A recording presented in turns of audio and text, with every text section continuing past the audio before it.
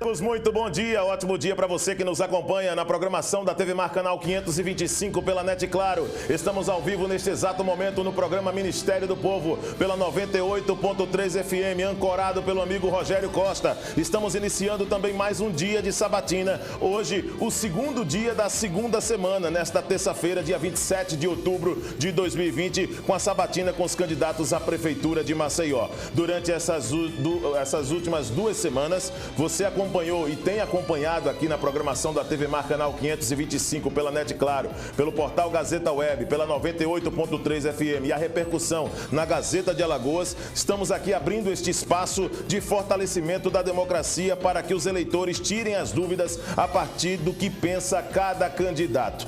Além do canal 525 da NET Claro, também estamos transmitindo simultaneamente o programa pelo portal gazetaweb.com, mais completo portal de notícias de Alagoas, a 98.3 FM, através do programa Ministério do Povo, pelo YouTube e Facebook da TV Mar Canal 525 e dos veículos da organização Arnon de Melo, fortalecendo a linha de convergências das mídias e abrindo espaço para que os eleitores de diversas partes da capital acompanhem as propostas dos candidatos. Informamos que a sabatina, como de costume, como já está sendo divulgado, e também outros candidatos que já circularam por aqui, o candidato de hoje, Ricardo Barbosa, no qual nós agradecemos antecipadamente pela presença, terá 20 minutos para poder responder não só as nossas perguntas, a começar pela primeira resposta dele mesmo, do candidato Ricardo Barbosa. O jornalista Rogério Costa está ao vivo no estúdio da Rádio 98.3, conduzindo o programa Ministério do Povo, e também dividirá comigo esta sabatina o jornalista Arnaldo Ferreira, representando a Gazeta de Alagoas e o portal gazetaweb.com. Mais uma vez, gostaríamos de agradecer a presença do candidato Ricardo Barbosa e vamos dar início a esta sabatina passando para Rogério Costa, o âncora do programa Ministério do Povo, no estúdio da 98.3, da parte alta de Maceió,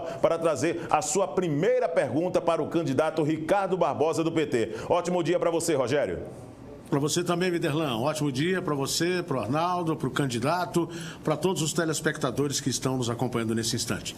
Candidato Ricardo Barbosa, na última eleição para prefeito, o PT, mesmo tendo mais tempo e um deputado federal, conseguiu ficar atrás do PSOL no resultado final. Neste ano, os 2 partidos lançam candidaturas. A do senhor e a da ex-reitora da UFAL, professora Valéria Rodrigues. Ela, inclusive, aparece à frente do senhor nas pesquisas agora, recentes, 1% à sua frente. Ela tem 3% de intenções de voto na última pesquisa, o senhor tem 2%. Não seria esse o momento de juntar forças? Não foi um equívoco fragmentar a esquerda e lançar 2 candidaturas ou até mais candidaturas de esquerda dentro desse contexto político atual para essa eleição? Bom dia, Rogério. Bom dia, Viderlan. Bom dia, Ricardo. Meu querido Arnaldo. Um bom dia a todos vocês, a todas vocês que estão nos assistindo aqui pela TV Mar, em conjunto também com a Rádio Gazeta. Rogério, para iniciar o nosso bate-papo, essa sua pergunta foi excelente, porque ela demarca um tempo. Ou seja, ela traz aqui como um marco para a nossa candidatura em 2020, a candidatura de 2016. Perceba em que situação o PT lançou candidaturas em 2016, pelo Brasil afora. Em 2016 foi o ano do golpe, do impeachment contra a presidenta Dilma. Foi o ano da demonização do Partido dos Trabalhadores, fruto do trabalho que o Partido dos Trabalhadores desenvolveu durante o tempo em que estava na presidência da República, com programas voltados para políticas públicas que assistiu milhões de brasileiros e brasileiras que estavam em situação de penúria, de pobreza, de miséria. Assim foi o Minha Casa Minha Vida, assim foi o Bolsa Família, assim foi as construções de campos, assim foi a tirada de 40 milhões de brasileiros e brasileiras da miséria. E as eleições refletiram um cenário de demonização do PT, de ataques ao PT. E isso fez com que o PT tivesse um rendimento baixo do ponto de vista eleitoral na maioria maioria das cidades em que disputou. Esse ano de 2020 é uma outra história. Esse ano de 2020 é a história do resgate do legado do Partido dos Trabalhadores, porque já há uma experiência com aqueles e aquelas que prometeram mundos e fundos, que prometeram acabar com a corrupção, que prometeram, ao tirar o PT, salvar o povo brasileiro do desemprego, não é? E da fome e da miséria. E o que a gente tem visto foi justamente o contrário. O Brasil voltou para o mapa da fome, o desemprego aumentou, a carestia aumentou e a corrupção não acabou, muito pelo contrário, ela está cada vez mais aí no dia a dia do povo. Em relação à nossa unidade com as esquerdas e com o PSOL, Rogério, eu até te digo muito claramente, e a Valéria não pode me desmentir em relação a isso, o Partido dos Trabalhadores lutou até o último segundo para uma aliança com o PSOL. Nós, inclusive, chegamos a lançar um manifesto onde anunciávamos essa aliança com o PSOL. Porém, internamente, o pessoal refez essa discussão e cancelou um processo de aliança que já estava em andamento, porque havia decidido lançar a candidatura da companheira Valéria, quem eu tenho muito respeito, como vice-prefeita do Ronaldo Lessa, do PDT. Já havia, inclusive, toda uma articulação em torno dessa candidatura de Ronaldo Lessa prefeito e a Valéria vice-prefeita.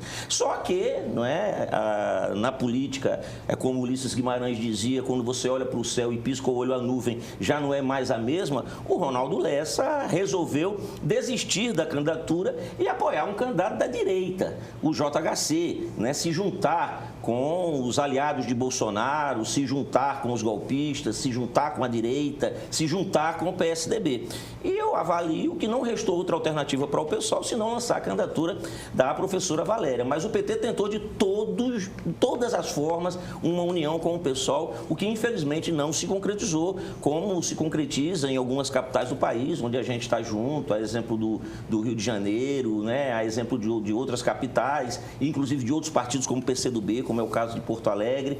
Mas, infelizmente, aqui em Maceió essa aliança não pôde ser feita, mas não por uma vontade do PT ou por minha vontade.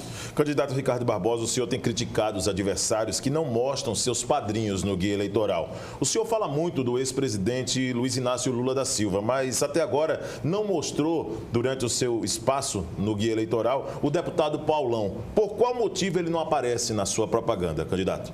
Primeiro que o deputado Paulão aparece no meu programa, na minha campanha, comigo nas caminhadas, nas redes sociais, declarou o voto, e eu quero aqui dizer que tenho muito orgulho do apoio do deputado federal Paulão.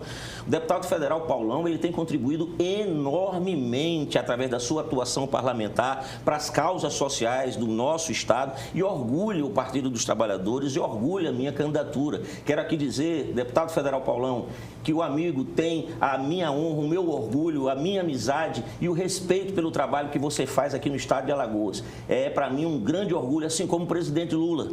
Também para mim é um grande orgulho tê-lo como cabo eleitoral na minha campanha. Eu quero dizer aqui que em relação ao PT nós não temos vergonha de absolutamente nada. Porque se nós tivéssemos vergonha do partido que somos, a gente teria, por exemplo, mudado de nome.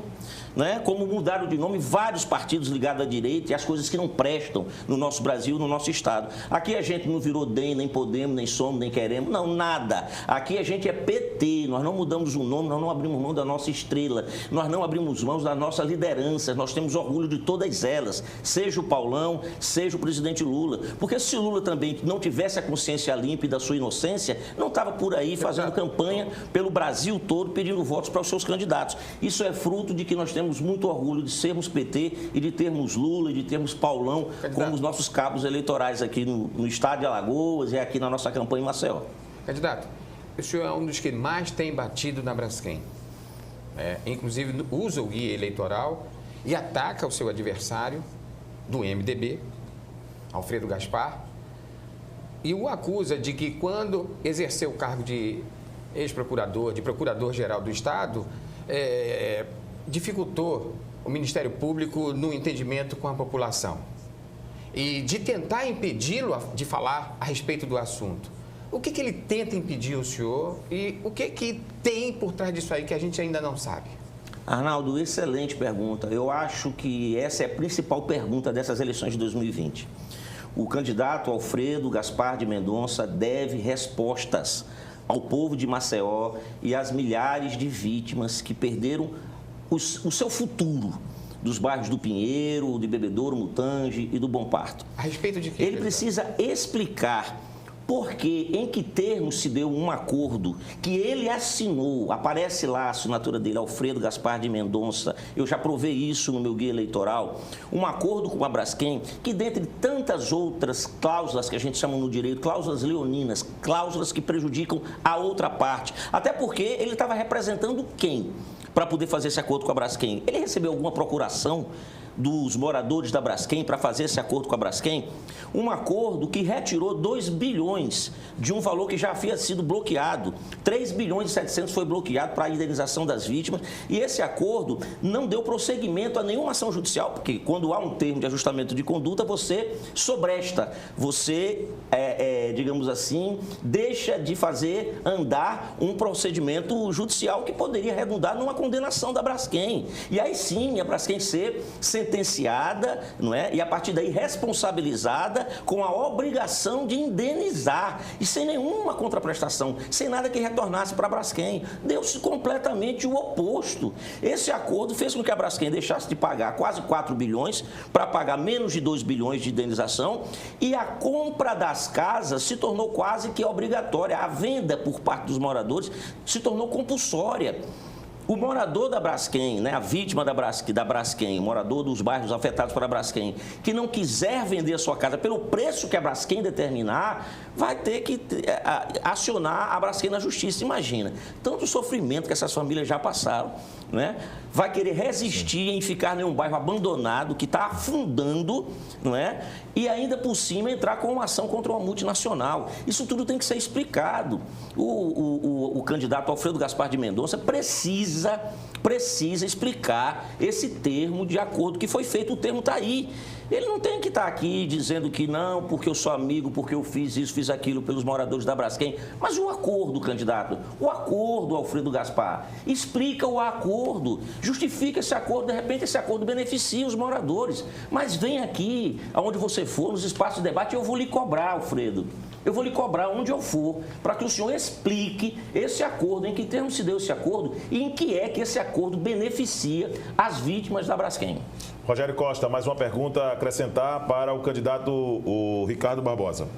E a questão é voltada para a saúde e é uma das maiores reclamações, um dos maiores clamores da população, é a questão da saúde que falta para o maceiense, para muita gente. E aí ele coloca, nos últimos anos as gestões têm se notabilizado por lotear áreas estratégicas como a saúde, dividindo-a com apoiadores políticos, com partidos aliados, com vereadores. Se eleito, essa política, ela pode mudar na sua gestão? É uma necessidade, Rogério, é uma necessidade. Não tem como a gente propor nada para Maceió antes de a gente fazer uma denúncia clara e identificar os responsáveis. Como é que a gente tem aqui um candidato que fala mal da saúde, transformou a saúde de Maceió, que é caótica, porque tudo aquilo que não presta na cidade vira discurso eleitoral para promessas vazias, faraônicas, para a conquista de votos. Então a gente tem aqui um candidato, o candidato Davino, que elegeu a saúde como seu mote, óbvio. Aproveitou um item da nossa cidade que está destruído, que está caótico. A pior saúde do Brasil talvez seja a saúde de Maceió. Agora, não só o candidato contribui para esse quadro, porque tem uma fundação privada que represa recursos do SUS para fazer esse atendimento à saúde de forma seletiva, para depois, em processos eleitorais, ele dizer que atendeu uma demanda reprimida da saúde através da sua fundação. Olha que coisa, não é? Que círculo vicioso isso, não é? E, atualmente, ele é o candidato do secretário de saúde do município de Maceió, José Tomás Nonô. Eu não estou entendendo nada dessa eleição, não é? Eu me lembro, Arnaldo e Viderlan, Rogério, eu não sei se vocês se lembram, na eleição de 2006 eu fui candidato a governador e eu tinha uma pergunta que eu fazia aos principais candidatos na época, o ex-governador Teotônio Vilela, o ex-deputado João Lira, de quem faliu o Produban. Eu fazia muito essa pergunta, né? Isso foi um tema muito debatido. E eles se acusavam um ao outro e ninguém dizia o porquê foi e porque o Produban faliu. E eu cheguei a dizer, então, já que não foi ninguém que faliu o Produban, então vai acabar sobrando para mim. Aí o que eu digo aqui em relação aos 3 candidatos que estão aqui. Um diz que não é apoiado pela prefeitura porque a prefeitura apoia o outro, porque o secretário de saúde está apoiando o outro. O outro diz que o outro é apoiado pela prefeitura porque é o prefeito que apoia diretamente. O outro diz que é um outro que está apoiando, que está sendo apoiado pelo PSDB, que é o partido do prefeito, até bem pouco tempo atrás, que está apoiando. Ninguém assume que é candidato do prefeito aqui ou que é a defensor da atual gestão. Então, daqui a pouco, será que isso vai se resolver? Eu tenho que assumir isso. Eu tenho que dizer que não, ninguém aqui é o candidato do prefeito, o candidato do prefeito sou eu. Todo mundo com vergonha de dizer que é candidato do Rui, que quer manter tudo como está, e é justamente por isso que faz promessa faraônica irrealizável, como essa agora, como a pergunta aí é para a saúde, das clínicas da gente. Maceió não precisa de mais clínicas da gente, não. Ele quer mais 20 clínicas para o Brasil, não é? Não. Maceió precisa de respeitar os recursos do SUS e distribuí-los equitativamente, de forma isonômica, com os usuários do SUS, que é a população que precisa da saúde pública em Maceió. Quando se trata de mobilidade urbana, quais são suas propostas, candidato Ricardo Barbosa? Olha, a mobilidade urbana, ela compreende não só a questão do transporte, que é caótico, aqui a gente não tem corredores exclusivos, aqui a gente tem uma faixa pintada de azul, que não resolve o problema, né, do transporte da população, que precisa trabalhar em tempo razoável. Aqui nós não temos um sistema de financiamento, de subsídio ao transporte coletivo que barateie o preço das passagens, e aqui nós não temos nenhuma fiscalização do ponto de vista do código, né, do plano diretor, do código de obras e edificações, absolutamente nada. Aqui calçada virou estacionamento para carro e o povo tem que andar na rua.